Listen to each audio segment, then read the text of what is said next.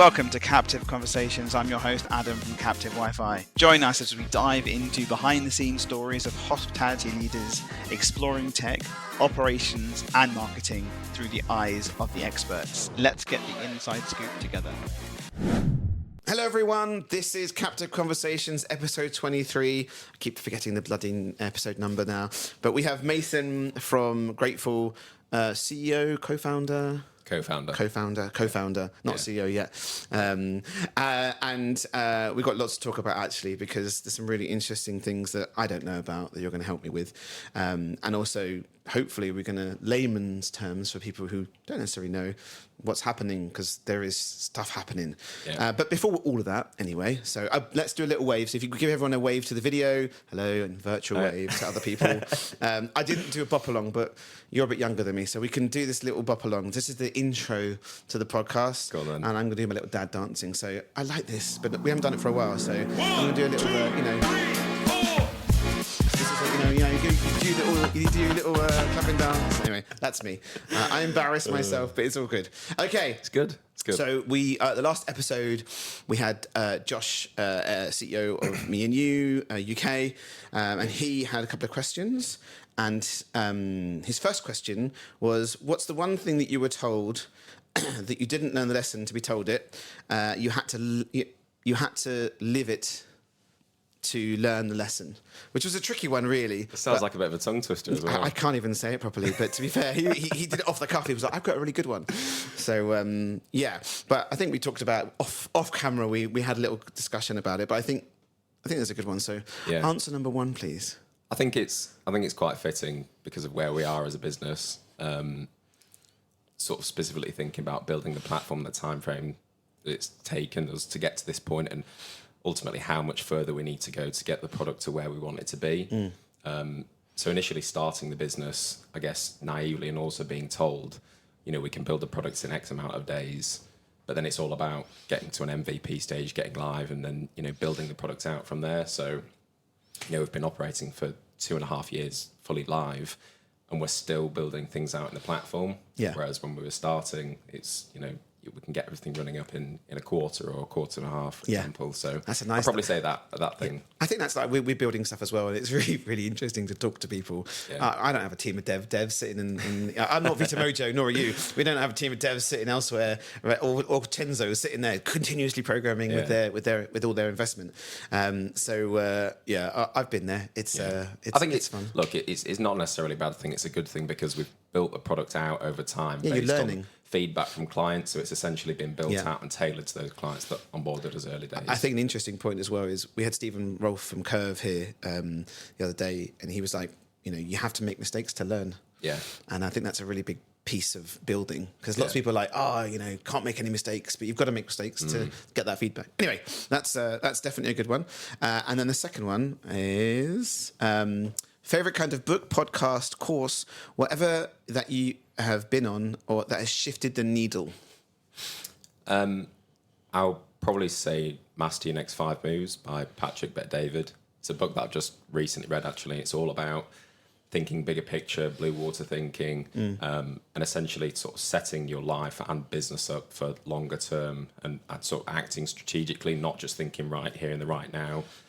Actually bringing your head above the parapet and thinking, right, how's this going to benefit the business in 2, 3, 4, 5 years to come? Yeah. Whether it's exit or exponential growth or growing into different territories through strategic partnerships, they might not be benefiting you now. Yeah. But how is this going to positively impact your life and potentially the business, the team, in subsequent years? So I think that's the one that's resonated with me most. I said I'd actually like to link to that, but I will put it in the show notes so people can see it.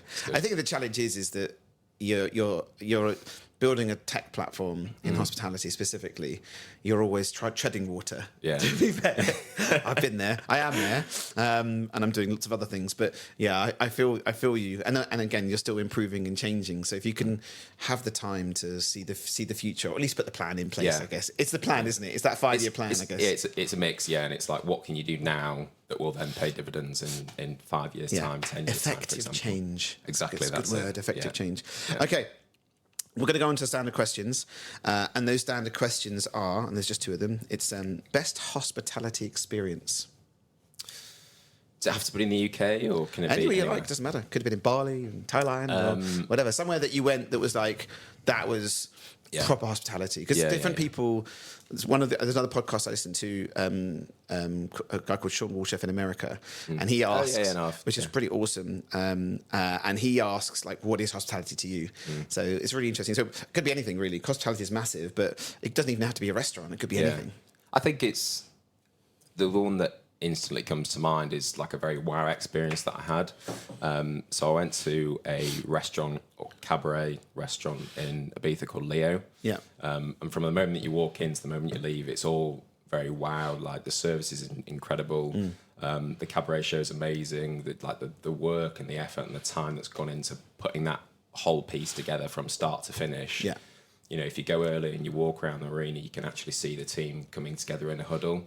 Oh, and awesome. You can see that level of, I guess, teamwork and camaraderie, but then actually looking at that being executed throughout an evening, all the way from... Is it immersive? So are they all throughout the, the people on the tables and everything else, rather than just show? There's a whole water experience, there's like gymnastics, but then, you know, the whole service throughout the whole evening... When I've been, it's been incredible. Yeah. The music, everything just fits together and flows really well. Was it one of those ones where you dress up for the occasion and in theme, or was it just you experience what's there? I think they have certain nights or certain themes each night. You know, certain DJs, certain acts that they do that they bring on. Yeah. But it's, you know, you dress up to go there. It's a nice place. Awesome. It's good. So it's not a party hard until like 4 a.m. Or is it afterwards? It does turn into that afterwards. Yeah. Of course, it's like okay. Best hospitality tech, and you can't see yourself, unfortunately, but best hospitality tech. I'd probably have to say the guys at Pay Captain.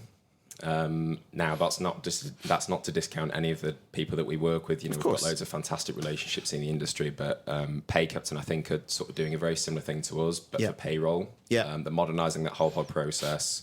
The feedback that when we've heard them being talked about in the industry has always been impeccable. We work really, really closely with them, and you know, there's so much room for a partnership between us and Pay Captain. That's grown. We're getting more mutual clients as weeks go on. So I'll probably have to say those guys. Okay, I'll put it in the show notes so people can see it. Yeah. With your little, referral link from Grateful. Yeah. Amazing. Okay, link to our partner page. Yes. Yeah. Or alternatively, look at his partner page for all his amazing partners as well. Okay, so we're sort of going to go back a bit, really. So I keep doing this like back in time. Yeah. Let's go back because you weren't always in hospitality tech. So where did the journey start? Like, where did you start? Yeah. Before you were in Grateful, where did Grateful begin? Like, what? Why? Like I'm going to create this platform. It's a great idea. So, I'm going to create hospitality tech because let's do it. Yeah. So, tell me the story. So, I mean, I've always been in technology. Yes. But the sort of defining moment there was a couple really in conjunction with one another. I'd been over in the States in 2021. And obviously, I've experienced hospitality all the way through my life in the UK.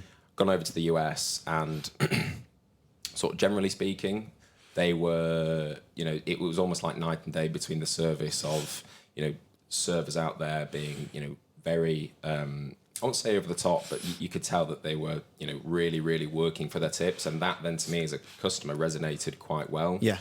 I then come back to England, and I'd had sort of experience when I'd been sat in a restaurant in Leeds, where I'm from, and there was two people that were serving me. There was a lady that was serving me that was great. She was amazing, really, really good energy. She could tell she wanted to be there. She was giving it her all, and then there was someone else there that wasn't necessarily giving it their all. Yeah, you could tell they didn't really want to be there, and they both served us. And by the time then that the lady had gone off shift, we were then paying for the bill. Yeah, don't carry cash. I had no transparency as a consumer to know that my tip was going to go to that specific person if I left a tip on the card machine, for example. So I wanted to tell her how grateful I was for that good service. Yeah. But she wasn't there, and I couldn't tell her. She wouldn't have known that I really appreciated that, and I was showing gratitude. So that's where the idea came from. When the business started, it was all around every individual in hospitality was going to have their own QR code, essentially, and you could... put on t-shirts.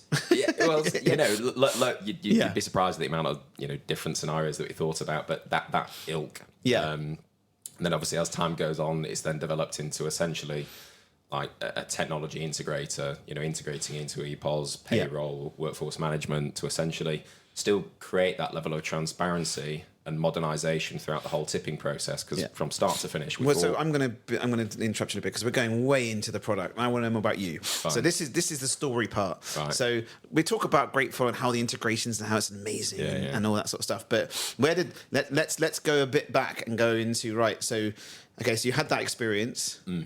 Was that then you going, okay, I need to something? Because one thing I will say, which is really interesting, is, and someone made the comment the other day on the podcast. Some people are in hospitality as a career, and some people are hospitality as a stopgap. And I think that is really interesting from the two pieces that you've mentioned. Yeah. Because the lady that you had was working there because most likely either she had the passion or she wanted it to be her career, and the other person was just there because it's a job. So in America, it's very interesting because the America and Australia are very much, they do it to a specific career. They're there for the career, and also the tips are different. Yeah. But so what happened after you? So listen. Years and years ago, many years ago, when I was younger, I left IT to become a nightclub promoter. That's what you do when you're younger, and that's because I got turned away from a nightclub that I blagged my way into. And I created a website and so on, and the rest is history. So, where did it go from there? So, like Stephen Rolfe the other day, he was in a pub, left uni, was like, "What do we do?"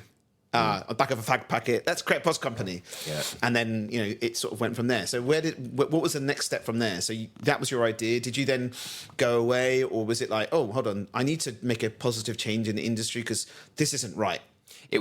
More selfishly, it was for me. I was actually tired of getting bad service, and what you said about there about people treating it as a full time career. Career. Yeah, that's the right word. Sorry, but then also being a stopgap. I've got very much the attitude: if you're going to do something, give it your all and give it 100%, whether you're only doing it temporarily or full time. Yeah. So I was tired of getting bad service when I was going places. So I thought, well, from my perspective, if I can better motivate team members to provide better service because they've got more transparency, more understanding of the fact that if they work harder and work better, they're going to get more tips. Yeah. And that was where I sort of linking back to my experience in America was that it was almost like night and day in some instances. Yeah. So it was really for me to try and sort of solve the issue of going into a restaurant or going somewhere and actually better incentivizing team members to provide great service, and then consumers are going to get that great service. Yeah. And that's where the name came from. Quite often people don't necessarily get the name straight away, but it's cyclical. Yeah. So the customer's grateful for good service. The worker is grateful for the employment. Who came up with the name? It was me. Was it you? Yeah. Light bulb moment. Yeah. Nice. Okay, so then what happened then? You sat down and was like, right, let's build this, or were you, I'm going to meet people, or where did it go? Because like anyone tomorrow could be like, I want to build this. Boom. We've got people the whole time that want to that talk to me. Oh, you've got devs, right? I was like, yeah. Oh, can we build an app? I was like, no. It's not that easy. So like, where was the process? Because it's challenging, man. Like it's not easy just to go. Did you meet people? Did you get introduced to someone? Like for example, Jonah went through to Antler through that and met people. Other people we know got investment. Where did it start? What was the? So, our mission then, as sort of founders, was essentially to go out and learn more about the industry. Yeah. So this was you and me and Damien. So right. me and Damien, the co-founders. How did you meet David? Damien, sorry, apologies. Sorry, Damien. It's the accent. I can't. No, I'm kidding. We were introduced through being family friends, basically. Okay. Sort of knowing inadvertently, basically. So you sold him the dream, and he was like, "Oh, we can do this." Yeah, exactly. Yeah. We work very, very well. So he's very sort of tech compliance focused. Yes. And the thing I like is, can we do something? Yes, we'll find a way to make it work, basically. So that's where the idea started. So he's what, CTO sort of thing? He's sort of like chief product officer, and he actually deals with all the compliance in the business. So we'll go on to the trunk master services. He's essentially the trunk master for the business. So he's got very much a compliance hat and technology hat on. That's handy. And I sort of deals with this like sales and I guess customer success. Yeah. Type Okay. of thing. And then so what you then went in to look at how the current industry was. What was that? Was that journey like? He's had quite a bit of experience in the sort of hospitality tech space in the past. So he brought a wealth of knowledge to sort of where we were as a business at that point. Nice. But at this point, I was still in full-time employment, so I was like going out at lunchtime, knocking on doors and speaking to people, and in towns surrounding Leeds and Leeds City Centre, knocking on the doors and saying, right, look, we've got this idea. What do you think? Yeah. And what was the response like? Because some hospitality brands are really helpful. Yeah. Some are a bit like, go away, leave me alone. Yeah. Well, there was a mix, as I'm sure you can appreciate. Door knocking is not the easiest thing in the world. No, especially if you can do it. I probably do it now, but when I was younger, I would be like, okay, and that's the end of it. Well, I had to do it in my old job. I've always been in sales, and previously I was selling a different product in technology, so I've always had to do that door knocking, cold calling, and dealing with rejection. So it was all right. It was good. And for me, at that moment in time, it was so exciting because it was all about fact finding. Yes. Again, we'll go on to sort of the opportunity and the other reason why we started it, because we saw such a big gap in the industry. So then, so we're now there. You're door knocking. You're getting the research. Yeah. When was the sit down moment of what was the first piece that you were looking at? Was it just the reciprocal part of tipping as such? Yeah. That was the first part of the first sectional piece of the pie. Yeah, essentially. So that what you first started to build? Yeah. So we're essentially building like the e-money platform where you could move money freely between individuals, and people can receive it without it touching the business, essentially. Modernizing that process because of the disappearance of cash, because COVID has sped up the adoption of being a cashless society. And I think there's some mad stat now, like 95% of transactions are cashless. So that sort of, when you talk to that fact to a hospitality business and to a hair salon, for example, you say, look, this is how much potentially your team members are missing out. That's more so for like hair and beauty salons. Yeah. So the QR code piece has sort of veered off into catering for that hair and beauty market. Yeah. And then we sort of veered off in the other direction for hospitality because of essentially the existing tech stack. I didn't even think about the health and beauty. So my eldest is becoming a hairdresser. So he's doing an apprenticeship. I didn't even think about that, because back in the day you get a couple of pounds, £2 here. No one's. So what do you do? I actually don't know. I think some of the older ladies who go will still have their pound coins in their purse, but the younger generation, they won't have that. They'll have Apple Pay. Yeah, exactly. So how does that? I mean, it's really. I'm actually gonna ask her that. She works at a group called Home Broadway. Just started and loving it, loving life. She's 16. Great. But back in the day when I had hair, obviously, it was all very much cash tips. Yeah.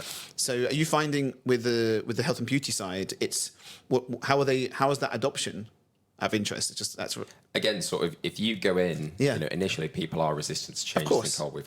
I've been going for 20 years. That's education piece. Exactly. So there's the initial piece of education that needs to go through. But when you say, tell me how much, how many transactions comparative to cash are on card. Yeah. And it blows their mind. Exactly. And then you say, well, look, the proof's in the pudding. Yeah. Your team members are saying they've seen a drop in tips since COVID because people aren't carrying as cash as much.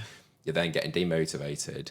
And you're then now incurring national insurance motivation costs, and staff retention and everything else, right? National insurance costs, transaction fees, and it's costing you a lot of your time each week. Yeah. So we're sort of selling on that point is like we're just completely taking that off your plate. We're going to go into because we keep teeing back into everything about it, but I want to know more about how it's built. You're doing a really good sales piece, I promise. But I want to know because building tech's hard, and you're like, we did this, and then we did some. But it's interesting for people to understand who were thinking about building some tech. So you went from learning to build. What was the MVP like?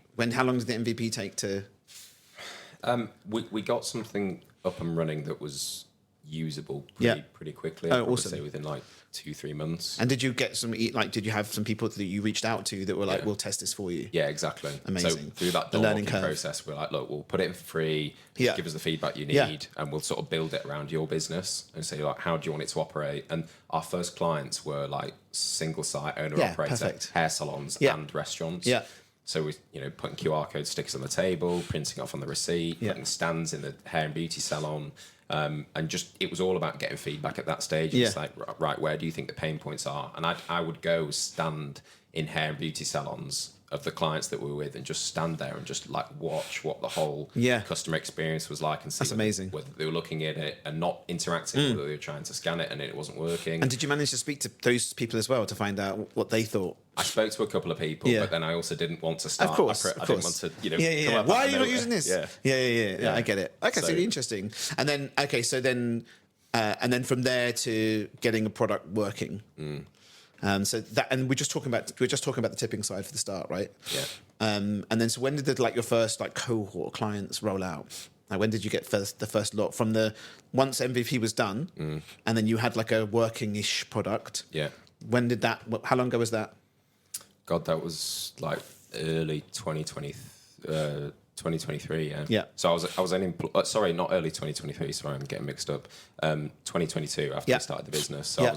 I was still in employment at this So stage. so you were still doing all this stuff while still Yeah. being fully employed. Yeah. When was Well, the? I can't take credit for building the platform. 'Cause it No, of wasn't me. course. It was Damien. But I Yeah. was sort of trying to get clients in my spare time. Yes. And so was he full time at that point? no. Oh, okay, both of you. Awesome. Yeah. So that probably elongated the whole process. Yeah, which of it sort course. loops back to your original Yeah, question. but that gives you that buffer, right? Yeah. So loads of people do that. Loads of people stay with where they are, and then when you find that pinch point of hold on, now I can actually do this. Yeah. Because it's your life, right? Exactly, So how long does it take to then flick to full time and take the plunge? So I went full time February 2023. Yeah.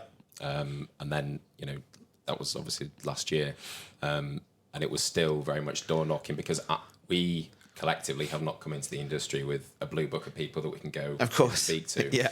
So it was all about like building the product, getting feedback, Yeah. and being full time allowed me to think right. This Hit is the ground what we need running to and do. go. Exactly. This is where the pain points are for the industry. This is where we can add value. Yeah. It's all well and good as hypothesizing everything in the background from a customer's perspective, but if you're selling to a decision maker, Yeah. you need to understand what's going to move the needle for them.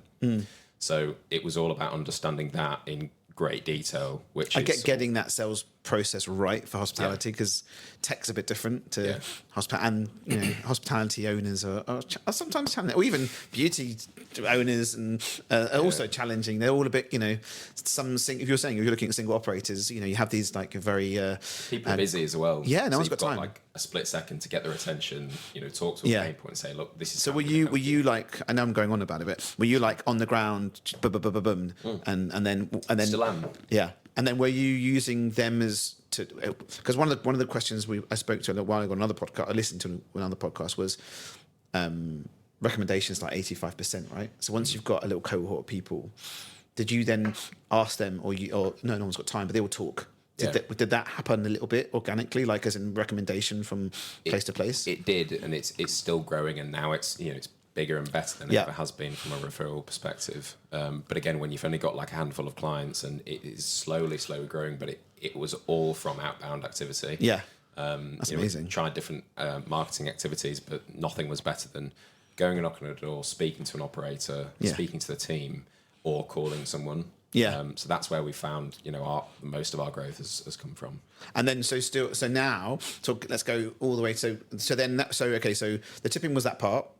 Then what was the next thing to hit the challenge to add to the pie of features? So it's essentially what we've got now is like the trunk element of the platform. Yeah. Actually, there was an interim where we built in the feature to like leave a review as well as leaving nice. a tip. Yeah. So we thought from an operator's perspective, if you can see the people that are getting tipped, the amount that are getting tipped, and then also the review that's being left, that collectively in a platform can work really well. But that was a prime example of building a feature out that an operator actually didn't really want because I'm holding my hands up. Yeah, that's learning. Right? They want exactly so that they actually want reviews publicly. Yes, and especially if you're talking to a hair and beauty salon, they want Google reviews. They want things that are publicly visible. They don't want to just see it and not do anything with it. Yeah, and we weren't going to go down the route of being a reviews platform.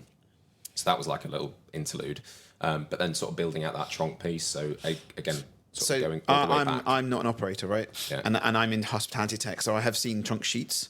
But for the people who don't know what trunk is, because we do put it on YouTube, and other people out of hospitality, or so what is trunk? And give me a little quick overview on what trunk is for a business. So Tronc is essentially like a formal tip pooling arrangement Yeah. that is commonly used with hospitality businesses Yeah. across the board: hotels, bars, restaurant, cafes, pubs. You name it. Anywhere that's going to collect tips, Yeah. essentially. Less common in hair salons Yeah. because of what we've just spoke about. But essentially a way to sort of drive fairness and some level of transparency and trust with employees. And create that standardized process for tip pooling arrangements. So instead of back in the day when you get a tip, you stick it in your pocket and you Exactly. disappear off home. Yeah. You're talking about that company will have an agreement to everything goes in the pot. Yeah. And then the chefs can get X percentage. Exactly, yeah. And then because poor chefs, they work hard. No one's going to go in the kitchen and give them a tip, are they? Yeah. So and then is that basically setting the percentages and making it fair across the board? Essentially, I mean, there's loads of different ways of doing it, and but the basics of it is that basically setting the standardizing it for the business. Yeah. And lots of people still do it in Excel. Exactly. Yeah. Okay. Less so now. Yes. Well, actually, people are still doing stock control in Excel, which is really interesting. Yeah. So I think you'll find there are some businesses probably still doing it. But yes, they need to. So then you built in that to manage that basically. Essentially, yeah. So if you sort of going back to the benefits and what a Tronc is, Yeah. essentially the sort of thing that mainly moves the needle for businesses is the sort of national insurance exemptions. Yes. And the benefit of that. So the business gets the exemption and the break there, and the employees actually end up earning more through a Tronc scheme. Yeah. So yeah, I'm not going to go down into the weeds. No, but okay. Yeah, so basically it enables the fair tipping. We'll talk about service charge in a bit because I'm going to talk about that, but because that scares the bejesus out of me. But okay, so you built sort of like giving tips as such, and then obviously Tronc as well. So what happens when some people have cash as well as that? How does that work? Well, look, there is always going to be cash tips because of course people are set in the ways, yeah. right? And like you talked about, there's people that aren't going to adopt tech that are always going to want to give cash. The QR code piece and modernizing that whole tipping journey is a new process. Tronc has been around for ages. Yes. So our mission was really like, how do we modernize this, utilize tech to modernize this whole process to actually solve these pain points, not just for operators, but then also for individuals as well. Yeah. We have actually found that sort of the big thing for us is introducing this as a people initiative as well as compliance and operational efficiencies as well. So I think that I think I'm just going through my little notes of what else there is. I think that I find it really interesting for customers to try and adopt it. I think there is a challenge. There is that pain point of how do you get it in. What have you used in the past to get people past that? Because you're in sales, you can make it shiny and pretty. What do you like? How do you? I mean, for me, like if you were going into a restaurant, say 5 restaurants, casual dining, perfect opportunity to do it. They've got standard Tronc and they might have something better, but they don't have anything in place, and they've realised that 95% of their customers are now paying by card, and the servers don't really want to do that. What's the how do you approach that? I think, first and foremost, regardless of everything that I'm just about to go into, is that level of honesty. Yeah. And if I think back to like the first clients that we had, we were very honest with them. We said, look, this is our mission, this is what we want to do, but this is where we are now. Yeah. Work with us and we can build this custom solution for you. And we have got to that point. And I think that sort of the level of trust and loyalty that we've got with our existing customers comes from the fact that we've actually done what we say we were going to do every time. So I think first and foremost, that regardless, I think has helped. The second thing is really all around integrations and giving the operator that confidence, because you'll probably know, you've been in hospitality longer than I have, saying, oh, we can do this, we can do this, we can do that. Yeah. We can integrate with these guys, and you actually can't. Yeah. Oh, don't. Don't even mention the word integrations. My heart's going. Yeah, it's crazy. But what you're saying is that we can integrate because we've done it, rather than promising the world. Because POS companies out there, some of the old ones will be like, yeah, we can do all that for you, blah, blah, blah, blah. Yeah. And then realistically, you get there and actually, that's going to be 3 months. That's going to be 6 months. Yeah. So, okay, so then you started, did you go then into, once you've offline mode, then it's integrations, and was that as a next step, or was that always in the roadmap? So the integrations obviously is like such an important part of hospitality tech in the industry. Is like the more integrations you have, the better, but they need to add value. Yeah. So from our perspective, when we first started, we didn't have any integrations. Yeah. So then you were learning and building, right? Exactly. So we were going to providers and say, look, this is what we want to do for this particular client, for example. Yeah. What would that integration process look like? And then we can go to the client and say, right, that's what it's going to work like, yes or no kind of thing. And it's just all about like breaking those barriers down. Yeah. But sort of the process to actually selling it, or I guess consulting and saying, look, this is what we could potentially do for you, is just, again, understanding about the business. Yeah. Because anyone can go in and say, this is us, this is how great we are. But if you can actually go in and actually get into the skin of, right, what do you guys want to achieve? And 9 times out of 10, they had something that worked, but it was, they didn't necessarily know that a solution like ours existed. They didn't know that you could automate the processing of it, or the majority of the process. Yeah, they probably had like 3 different things. Yeah. And they were just like the similar, like we talk about tech and tech stacks and so on, and it's really interesting. And there's, we talk about best of class and all single solution. And there's always customers out there that will have 3 or 4 things that takes them a lot longer to do. Then they find you guys and, oh, this does everything. So I think it's you know, the historical process of like pulling data from a workforce management, pulling data from an EPOS.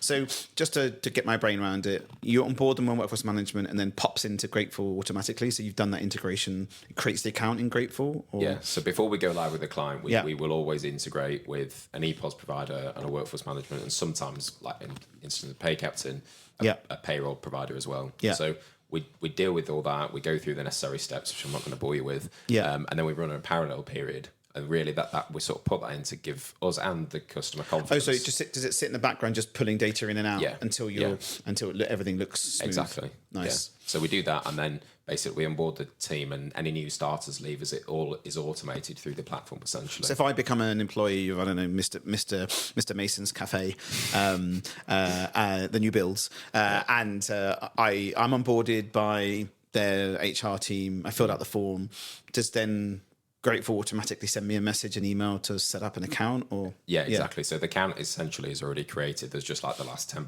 that they need to do, and we can send them the necessary wording as being a trunk master to notify them of that, give them the opportunity to opt out.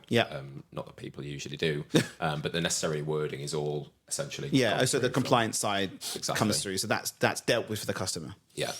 Nice. And then what they log in and can see anything, whatever they want. That they can, not whatever they want. They can see the value of what's there. So it depends really on, again, this is all based on the business and the business's practices and processes. And sort of one of our selling points is that level of customization and not having a one size fits all solution that the business needs to fit into. It's like we can mold our business around. So they can choose the bits and bobs they want to use. So for some businesses, they update like daily, and team members can log in daily and check the transparency daily. Nice. Some teams it's weekly, sometimes it's monthly. It's all dependent on the business's processes and preferences. And where's that money held? So we, in most of the instances, we don't actually touch the money. So we deal with the data processing. Yeah. So we pull the data into our platform, and then we sort of send it back into the payroll platform, so they can, again, I'll sort of go on to the psychological benefits of the whole of the piece, but they can check their earning real time throughout a period rather than just. I guess so. If you've got payroll included, they can check their wages versus the plus of the tips. Yeah, exactly. Ooh, that's nice. So rather than just getting your pay slip at the end of the month, right? One line on the pay slip to say this is what your trunk earning is for 4 weeks, 5 weeks that you've worked prior, that increases shift latency. So our really, one of our missions is to massively reduce that, improve operational efficiencies, but then also from a team member's perspective, increase that engagement and retention. Yeah, staff retention is massive, right? I think the benefit of you coming into the industry is that there is a massive issue with staff retention. And there's a massive flip-flop of, literally I speak to clients and they go, the restaurant next door took our head chef and 2 sous chefs. So a week later I went in and gave all their sous chefs more money, and they came over to us. So the head chef was left with 1 sous chef in the restaurant, and literally these restaurants are next door to each other. Right. And he goes, that's what they want to do. Then so he went in and took all, and he goes, they're bloody good, and we're paying them less than the head chef, and that's just chefs, but same with staff as well. Finding good staff is hard, and keeping them is hard. But if you're able to put some systems in place where they can see the benefits and rewards. So we don't claim to have this golden bullet that's going to solve this issue, but it's like it helps. We can be one layer of the onion to contribute to that, along with loads of other things that businesses are doing, really, really well in the industry. This is just one string to the bow, basically. But then you're giving them the opportunity to log in and see what's there. Where previously they'd get a physical piece of paper at the end of the month. Well, if you speak to most HR directors or people that deal in payroll, the day after payroll is usually quite chaotic because people are asking questions. They've worked for 4 weeks. They've put a really, really big shift in. Yeah. And they just get one line to show for it. Whereas with our platform, the feedback that we've had from those type of people is that it's now a breeze because all the questions and the uncertainty sort of been covered off through that level of transparency. Nice. And I think that's what people are wanting more now. Obviously, like with HR and payroll, there's always these there are lots of questions to ask. One of the I haven't done it yet, but I did a podcast with Amir from Chotomate. Okay. And he's just built a little chatbot. I need to release it because I did it before. He didn't give me a photo, so I did it. I was waiting. Anyway, whatever. It's coming out soon. But he's doing some development. He's just built a chatbot to read all the HR manuals to then start is testing it in the company. So now HR gets loads of questions all the time, right? All the time. Can we do this? Can I do that? He's built a bot to read and ingest the whole thing. And now people can ask, if I take a holiday here, can I take a holiday there? Or how many holiday days do I have? Or can I do this? Or what's the regulations of that? Could you see something like that happening in the platform? Or because there's the questions people ask the whole time. Yeah. Is that something that could potentially be in there to help the employee? I mean, look, we've thought about it. I mean, we've developed and we've put a lot of time and thought into how team members can interact with us as a business. Oh yeah. We want to make sure that we're massively providing a good service across the board. We've built in seamless chat function so team members can get in touch through the platform whilst they're on the platform. Nice. They've got help guides that they can access straight away that we've sort of building out, and that is being built out by the team real time. Nice. They can get access to the trunk master directly. They can get responses from team members. Really quickly, basically. Yeah. To allow them to come directly to us rather than going to the HR director because they've invested in us to provide that managed service. Nice. So that's a nice little piece as well, really. So okay. in answer to your question about that automation, we have thought about it and we're not rushing into it mainly because quite often people will ask quite specific questions about on the company. It won't be generic. Previous exactly. So it's not necessarily that we can build that out without a lot of thought. Yeah. And you need that level of human intervention to actually say, right, this is this, and the trunk master does need to have that level of control over giving the answers and deciding. So when the message goes, so can someone send a message to the trunk master and they can respond? The guy who looks after that part can respond to the employee within your platform. Oh, awesome! Exactly. Yeah. So okay, great. So rather than sending an email channel. to an HR team, you won't get an email back for 3 days. Yeah. You actually can send a direct message to the platform, and then whoever deals with the trunk master will get a notification. They log in, make the response, and then everything's tracked. Exactly. Ooh. Yeah. So we've got SLAs in place for all of our clients. So if they you saying reminders as well. You haven't replied. You haven't replied. No, from us, not them. Yeah, that's what I'm saying. Yeah. So you're telling the trunk master you need to reply now. Yeah. Well, we've got that first level in place to sort of field any questions. Yeah. And anything that needs to go to him. Okay. Obviously can be dealt with in that. Nice. Manner. Okay. This is the big one. Legislation, and Sophie talks a lot about this. And hi Sophie, we can give her a wave. Yeah. And if you haven't seen her on LinkedIn, please do because she's freaking awesome. Yeah. And well done for getting Sophie. But talk to me about. I don't know the legislation. I'm not an operator. We hear a lot about it, a lot about what's coming. And I told you a bit off camera. I was like, my local restaurant. I mentioned to him, do you know about the legislation? He goes, what do you mean? Yeah. So there's lots of people that have no idea what's coming, and I don't think the government's been very helpful with explaining it. There's lots of websites out there that talk about it, but I think that's what most people probably when you say to them, we do it already, or we have it, or what's changing. I think the main thing is more around that level of transparency and fairness and not being discriminatory. Generalizing massively. So it's not changing trunk, it's really sort of giving employees more rights to actually have access to certain pieces of information. I mean, I think the big thing is agency workers getting access to tips. Oh, okay. Trunk, which is some people think it's quite controversial. Some people think it's a good idea. I'm reserving judgment. Our mission is really to enable businesses to do what they need to do, really.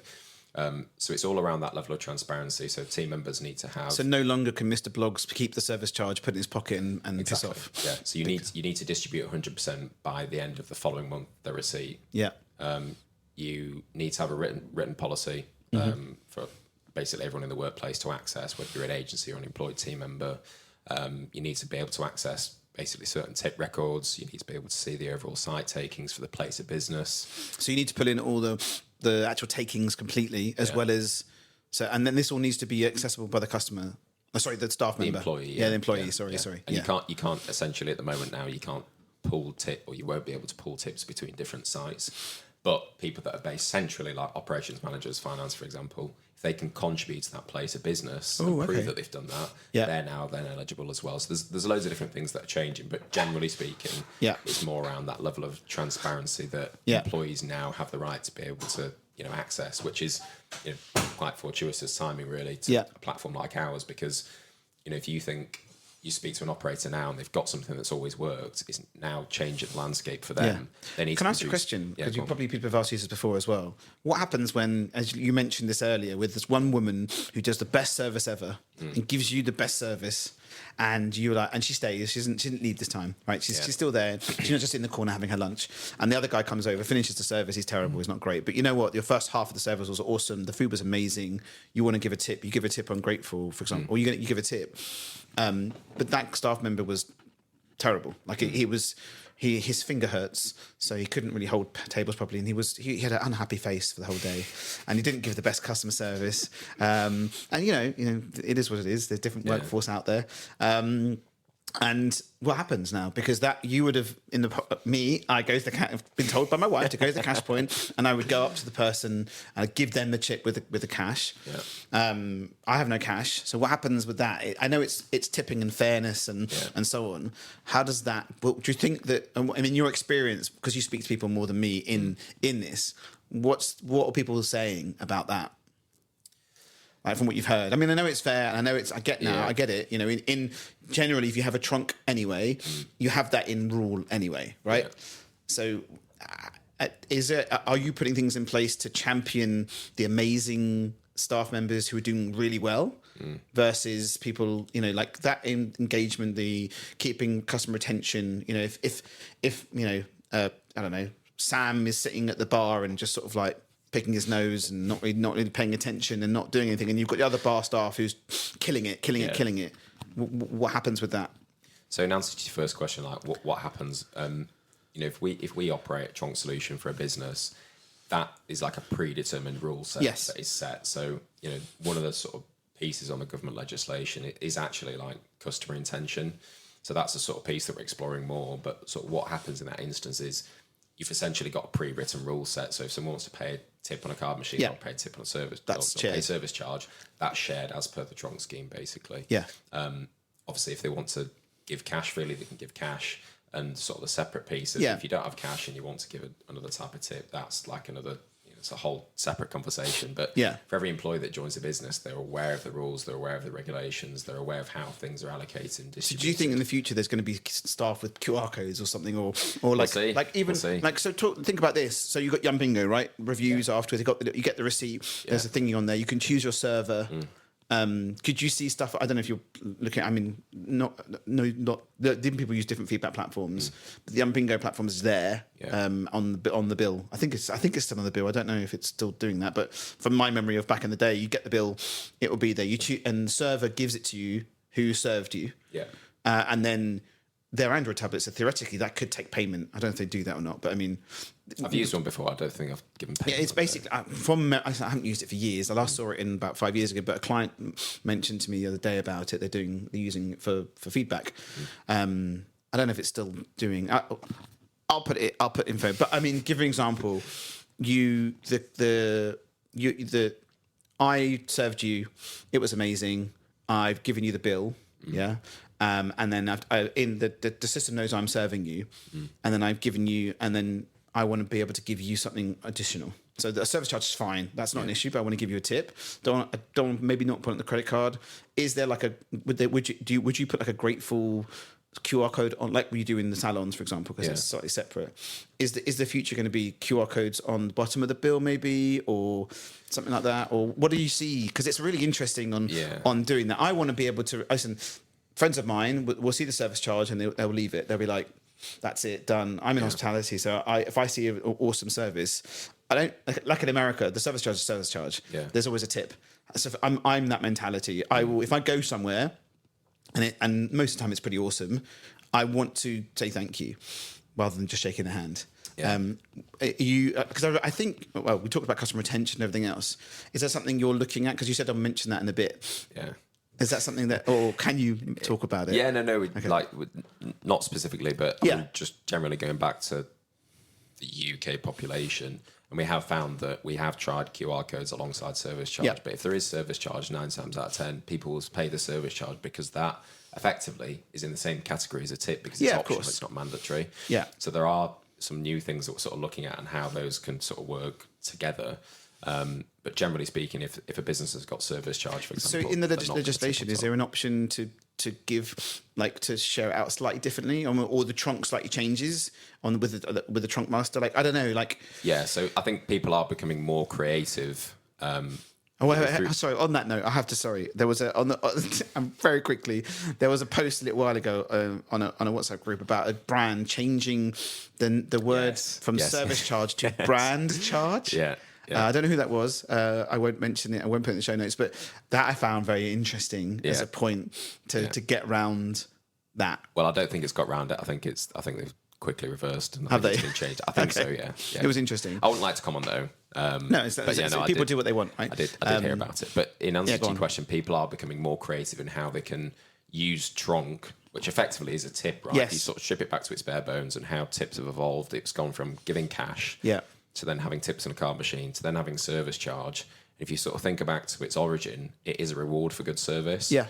And now you're sort of moving it forward. People are just turning up to work, they're doing what they need to do, they're just scraping by, and they're just getting what they get per hour. Yeah. So it's really how can we champion and enable businesses through the use of technology to better incentivize those team members that are going above and beyond. So do you think eventually that it will be a pot, and that pot will stay there, and then technology is used to reward? So the chefs. That's what we do now. Yeah, that's what we can do now. I wanted to talk about that. Yeah, so we can integrate into other platforms apart from EPOS, apart from workforce management, and actually understand what your performance metrics and how can that then impact your value that you get at the end of the month. Yeah, and then it's all about, from our perspective, have you hit your KPIs? What are these metrics that we're measuring against? Yeah. And then at the end of the month or throughout the month, you can actually see, right, this is my base. This is what I would have got normally. Yeah. This is because I've done this. This is because I've done this. And there's that an intrinsic reward to say, right, I'm going to go even bigger and better next month. Yes. Which is then going to create a positive workforce. And I'm, again, massively generalising there. But from our perspective. No, but you're right. Even if you're generalising, if you can set the base of the trunk to be here, you have the opportunity to have this. Yeah, exactly. And if I see that as a hospitality worker and I have the drive to do it and provide amazing service to someone and I get rewarded, that's a winner for me. It's a win-win. It's a win-win for everyone. Yeah, exactly. Because you've set the precedent. So that's the thing that's exciting us at the moment. It's like the possibility is endless. Obviously in lines with the guidelines and regulations. Of course. How can we really improve the sort of motivation of the average hospitality worker when they're at work? How can we introduce these metrics? Do you think that? I'm sorry, we're sort of teeing into it. I find it really interesting. My brain's like going bing, bing, bing. Yeah. Listen, as a general question, would a business lower the percentage that everyone else is getting? I mean, trunks are different anyway because chefs get X. So would you think that the base will be that slightly lower on the share, and then the rest will be distributed to whatever metric hits what? Potentially, yeah. So there's loads of different ways, and it all depends on the type of business, but it's all about fairness.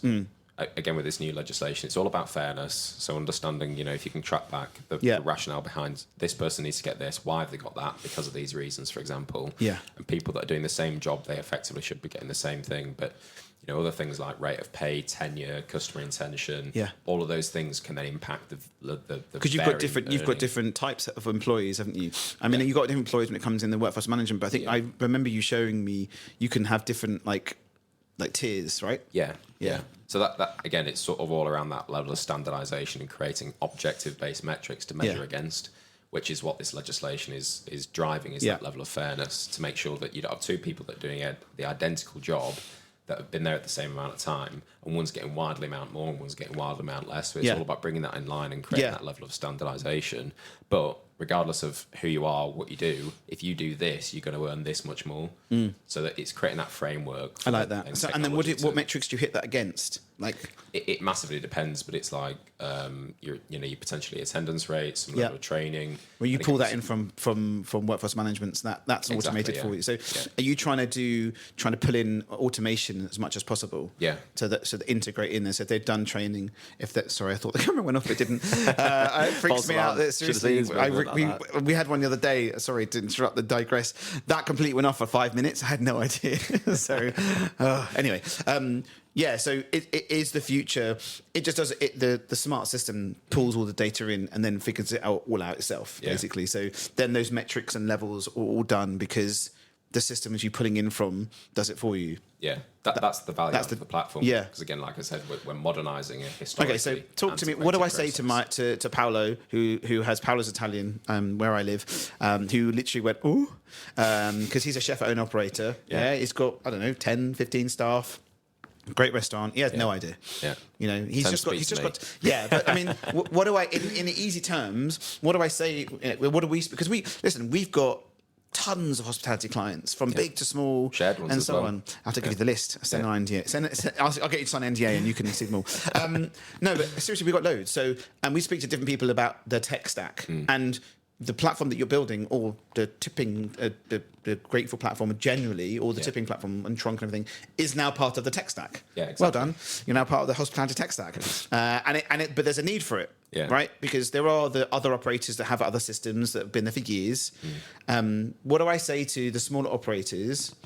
Who you've been to, the ones and twos and so on. Yeah. What do I say to them? I'd love to introduce you, but as a non-compliant person who doesn't know much about the platform, I've seen it and it looks really nice. But what do I say? Actually, well, go look at the government's website and this is the thingy, because they want the highlights, right? Yeah. So I think there's 2 points. One, you're going to give me a one page and we'll put that on the link to show notes to make it simple. Are you making it simple for people to understand? Because I think there are loads of businesses out there that have no idea what's coming. And there's going to be a wave of the last minute sign-ups. Yeah, I think our job really, as much as transparency and creating this benefit for a business, is actually simplifying it and actually making it easy for people. That's what everyone probably wants. One of the most impatient people you will know. Yeah. Right? And it's how can we translate that into our business and how can we provide value? So creating bite-sized pieces of content and actually just simplifying and say, look, these are the bits you need to do. Yeah. These are the bits you need to be aware of. Yeah. If you've got any questions, speak to us basically. Try and spell it out as quickly as possible. And owner-operator or just hospitality in general, people, leaders. Yeah. Everyone has already got 101 things on the plate, so right? they don't want to no go one's lead got time. a massive, When we speak to people for the captive stuff with Wi-Fi marketing, and operators haven't got time to send bloody email, let alone know about tipping. So, so in answer to your question about what to say to Paolo, that's it, Paolo. He's lovely. So, I mean, again, it's understanding what is his actual problem. But if you're talking about the legislation, he has no problem. He's an owner operator. He's got no idea what legislation's coming, and he's now got Toast. So he has Toast, a till system. Hello, Toast. Yeah. They did a good job for him. So he's got a good till system with better systems in place now. Yeah. What does he need to do? Because I'm sure he's got an accountant that's doing stuff for him. Yeah. But he needs to make sure that he's basically spoken to all of his team members or consulted with all of his team members about what the tipping regulation is. Yeah. He needs to have a written policy. He needs to be able to provide certain pieces of information to team members upon request. Yeah. So like the amount that the business has taken in tips, tipping records for them, particularly from that date onwards. Yeah. If he does have any agency workers, he needs to make sure he's paying them. He's got one site, so he doesn't need to worry about tip pooling between different sites. And it's just that level of transparency. Tip pooling. So if you've got like 10 sites and someone's moving from place to place. Well, if you're contributing to that particular place of business, you can get tips for that, for your time that you've worked there. Yeah. But historically, businesses have taken it all into one pool and distributed it out again. So this is all around people that are contributing to that place of business. Okay, so a single operator, basically, there's like 5 points he needs to sort out. Yeah. Okay, I'll get the infographic from you and I'll send it to him. I just think people are scared. Like government does this. They do it. It's like, they'll put things in place and then, who's really going to check it? Are they? But I reckon they really will probably stamp their foot down and make people see. Like they'll it's going to happen, isn't it? Yeah, and I think in fairness as well, that they have kept pushing it back, and people have moaned about it because the time frame has kept being pushed back. But I think as well, it's also their view of actually considering the complexity of the different types of businesses.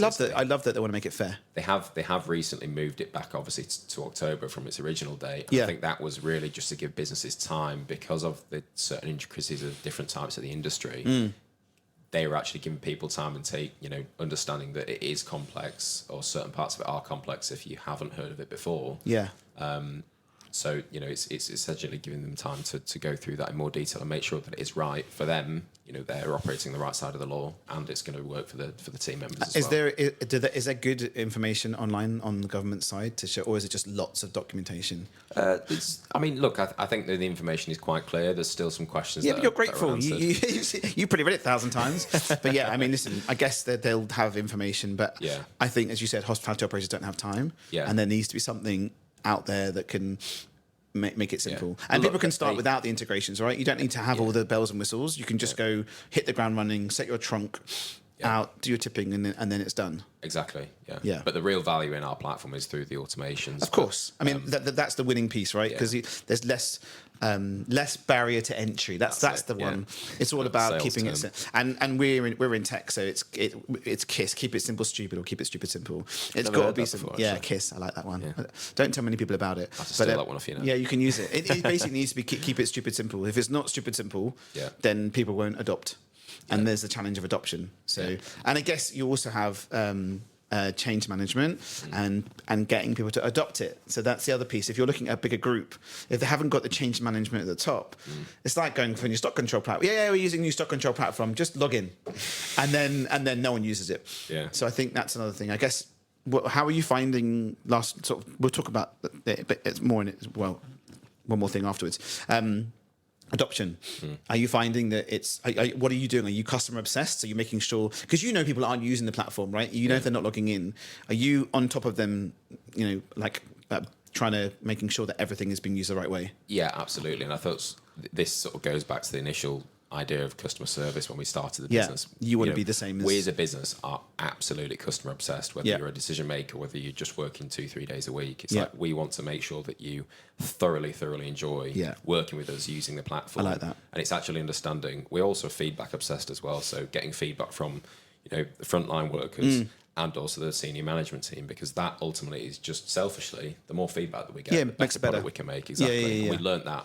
That probably actually is a better answer to your first question, is like you can think, all three of you or two of you can sit in a room and hypothesize, right, this is the product that we're going to build. Yeah. You can start building it, and then you go to market and it's completely different. Yeah, everything changes. Yeah. It's really nice. We're the same. Customer session, customer service, 150% go through the roof. And if you don't do that, then you're not treating your customer the best way. So that's really nice to see. Okay, last piece before we ask the questions. Is there anything new? Can you share anything interesting? Is there any new stuff that's coming out, or that you're allowed to talk about that might come? That's in the roadmap that you can share to people? Without going into too much detail, we've got a lot of stuff that's coming in the pipeline that's actually going to build so much more value for the end user and their whole experience with us. And that's really sort of where we're heading as well. Is making sure that we can increase our visibility in the market, increase credibility, work with more businesses, but then really being obsessed about how we can add value to those individuals that are working within the industry, because that ultimately is going to move the needle even further. Do you think that the people who do QR codes and stuff? Do you think that I don't know if you do at the moment, but would you, with the QR codes, do you put your logo on it with the branding and stuff? We can do. Again, we don't have a hard and fast rule on whether we do or whether we don't. It's like what would you prefer? So hold on, wait. There's a reason for it, because with we had Josh and me and you here previously, and they've been around for ages. The brand's been around for ages, and people will use it at different locations. So they do the QR code with their logo because there's a level of trust. Now, I've seen your logo online. I've seen your logo of what you do. When you get to the stage where they're in an area where you've got lots of operators using it, my brain would see, oh, I know they're using that. I trust in that. Yeah. That's why I think that having that, not like everywhere, obviously, because it's the customer's choice. If they want their branding, you know what people are like, they want their own branding. But I think I could see very much your logo on a table, in the corner. You know, you got the QR ordering, and then you got that, or even you plugging into those sort of things. I think the main thing, and the majority of the clients that we have and work with now is our core trunk product, right? Yeah, And in that instance, we're essentially just a technology integrator, so we don't get involved in that customer journey. But there is a piece that we're doing in the background now as to how we can sort of push that brand out to being a customer-facing brand and act as that level of trust. Yes. You know, you go in, you used to see like the Visa signs and the stickers on the windows. And then you're on there as well. Yeah. And then there's trust in like that. But because then there's trust in the staff the guests coming in to see that in brand and go, oh, everything's fair. Yeah, exactly. That's nice. I like that. Okay, so we're coming to the end, so I'm going to give you a little round of applause. Thank you. I might have gone in. I might what? Where's the dance? No, the dance was at the beginning. We did a little boogie. I'm not going to embarrass myself towards the end, so it's fine. You didn't dance with me, so you don't get the points. But it's all good. But yeah, so this was really interesting, actually. I don't know all about trunk and tipping and legislation, and there's definitely a need. And I'm glad you're in now because this will come out in a couple of weeks, and before people can see. So I might actually take a snippet of what you talked about and post that earlier, because there is a need for people to know about what's going to come. Yeah. Because typical hospitality, it will all be like, last minute. I like that word. I don't know. I do that all the time. But yeah, so I think, thank you. It's really interesting to listen. But we're at the end questions. So the end questions are best restaurant. I'd probably say Rocker Charlotte Street downstairs. I don't know what it's called. I forget the name of it. Something like that. Anyway. Yeah. That's awesome downstairs. That's really good. I mean, look, there's so many, especially in London as well. There's so many different types, and it's so hard to choose because you're spoilt for choice. But that's probably the first one that comes to mind. So I think someone mentioned this a couple of last week, the same thing. And they was like, when I can afford it, Rocker Charlotte Street. Yeah, of course. It's not an everyday one. I mentioned to him, because it's part of that, we work with that group, and they have a restaurant in Soho called Incognito, which is part of Azumi, which is the same people as Rocker. Yeah. And it's not as expensive, and it's just off of Kingly Court. So Incognito, check it out. Yeah. It's awesome as well. But yeah, Rocker Charlotte Street is a love for me. It's that downstairs is really cool. Yeah. And it's for the music, right? You know, you sort of asked what my most memorable experience was. Yeah. I think food is such an important thing. Service is such an important thing. But that music, service, food, all packaged together, I think is what makes a good experience for me. Definitely. And it's a long-lasting experience because you remember it, right? Yeah, exactly. It's put those pieces together. Okay, best burger. I don't go for burgers that often, but if I was to choose, I would probably say burger and lobster. Oh, okay, interesting. Yeah, lobster and the burger. Yeah. But no carbs. No. It's a lot of carbs. That burger's big. It's good. Yeah. And I don't know what the sauce is called on the side. It's like a garlic butter herb, and you pour it all over the chips. It's good. Yeah, burger and lobster's awesome. They were doing a deal recently, I think. Anyway, I won't go into that. I actually saw. I don't know when it was. I'll have to ask them. Certain parts in London, it was like Lobster Day, and they had it like printed on the pavement. Oh my god, yes! I was like, oh, that's so cool. There was like a deal one as well. I missed it. It was so disappointing. Yeah. But it's a great brand, and I think it's very clever. The menus like Flatiron, it's very simple, boom, done. Yeah. It does it. They do, and they do two things, and they make it good. Yeah. Okay, so I'll put that in the show notes. Yeah. Best hotel. Ooh. And it could be anywhere. I don't know.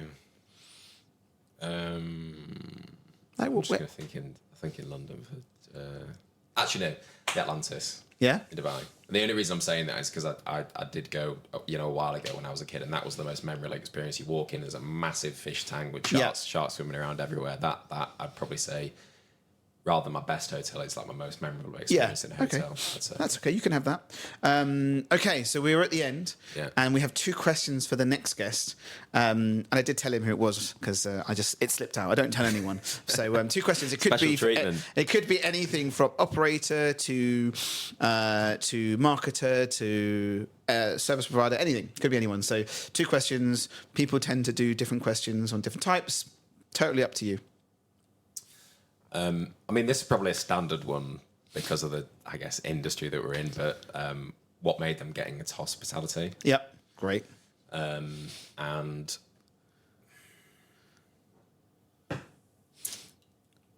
Why don't you do something about grateful? I don't want to be biased. No, but you could ask the question of, what are you doing for your what are your thoughts? It'd be interesting to hit. That's up to you. I'll ask him, yeah. Use your brand, man. What's his thoughts on grateful? What does he think we could do better? Yeah. Okay. Perfect. Perfect. Okay. Awesome. So give everyone a wave goodbye. There's a little wave goodbye. I'm going to give you another round of applause. Thank you very much. This is Mason, co-founder of Grateful. We'll put all the links in the show notes. I'll put the legislation stuff in there as well. Yeah. So we'll post that because that's really important. And thank you for coming. Thank you.